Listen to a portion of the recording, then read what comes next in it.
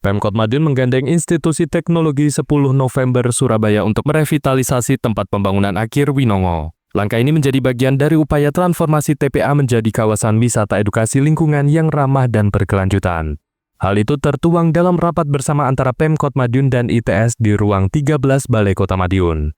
Wali Kota Madiun Maidi mengatakan bahwa proyek ini mendapat pendampingan langsung dari para ahli lingkungan dan guru besar ITS. Pendampingan ini dilakukan secara paralel, tidak hanya sebatas teori tetapi langsung ditindaklanjuti dengan praktek lapangan. Hasil penelitian yang dipaparkan ITS mencakup kajian lengkap mengenai kondisi dan kekurangan TPA, termasuk langkah hemat dan menarik untuk dilakukan seperti pemilihan jenis tanaman yang tepat dan efisien. Jadi hari ini kita koordinasi dengan ITS ahlinya. Ahli lab, ahli sampah itu akan mendampingi TPA di Madiun. Jadi TPA nanti akan didampingi oleh ITS, para ahli-ahli, guru-guru besar. Itu insya Allah nanti dalam tahun ini, 1 tahun ini untuk pembuatan tempat wisata yang ada di TPS, guru-guru besar akan dampingi di Kota Madiun. Akan mendampingi.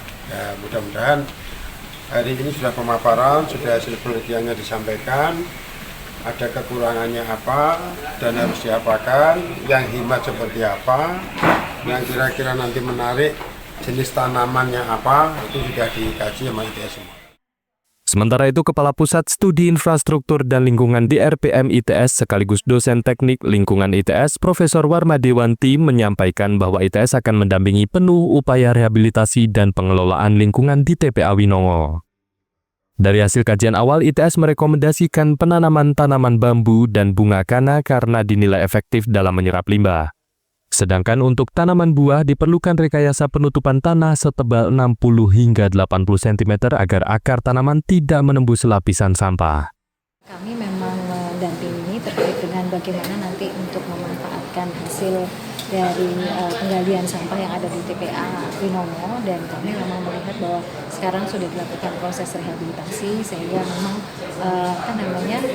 TPA ini masih bisa untuk dimanfaatkan sesuai dengan tadi yang disampaikan Pak Wali Kota, dan beliau sudah mengetahui bahwa step-step atau langkah-langkah yang sudah akan dilakukan itu seperti apa, dan kami memang akan kerjasama dengan pemerintah Kota Madiun terkait dengan bagaimana kita nanti mengelola terutama terkait dengan lingkungan. Jadi bukan hanya TPA saja, ke depannya itu ada terkait dengan air limbah, kemudian terkait dengan sanitasi, itu kemudian terkait dengan penyediaan air bersih.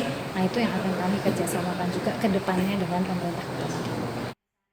Revitalisasi TPA Winongo ini menjadi langkah strategis Kota Madiun untuk menghadirkan kawasan yang tidak hanya fungsional, tetapi juga edukatif dan estetis, menciptakan ekosistem lingkungan yang sehat dan berkelanjutan bagi warga. Surya Wibawa, Sinergia.